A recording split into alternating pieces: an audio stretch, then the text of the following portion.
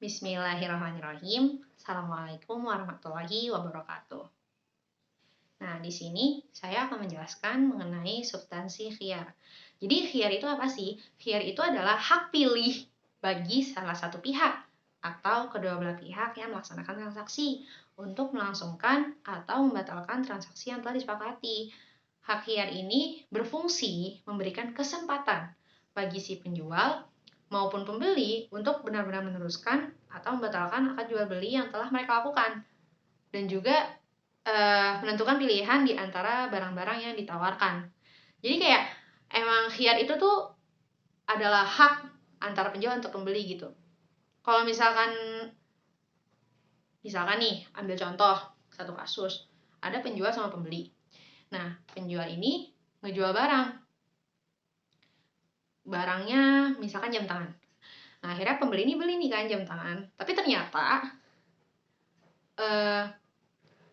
pembeli ini nggak terima kalau misalkan jam tangan yang dia beli itu nggak sesuai.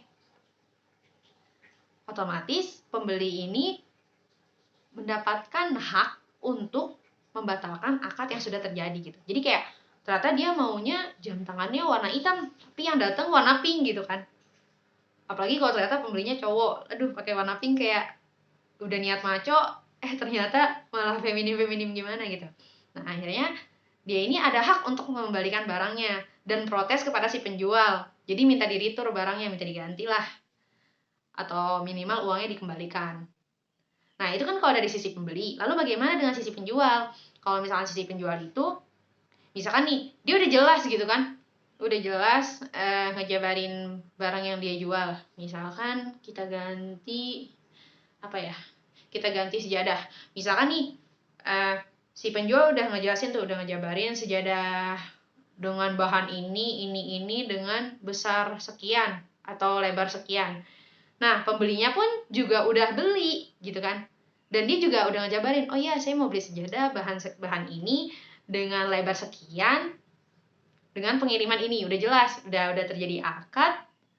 Nah, ternyata tiba-tiba nih mungkin pembelinya mut-mutan atau gimana. Ternyata pas dia udah pesan secara jelas, dia tiba-tiba nggak mau gitu, nggak mau nerima sejadahnya. Padahal dalam akadnya itu udah jelas kalau misalkan si pembeli belinya dengan kriteria yang udah dia pilih, dan penjual pun juga udah menjelaskan dengan jelas dan sabar gitu ke si pembeli.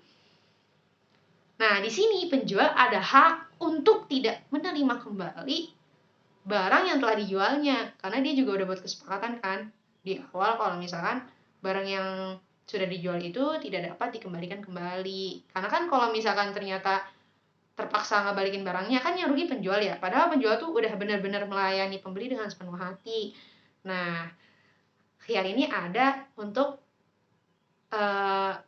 hak orang-orang yang memang membutuhkan seperti itu. Mungkin sekian dari saya, kurang lebihnya mohon maaf. Assalamualaikum warahmatullahi wabarakatuh.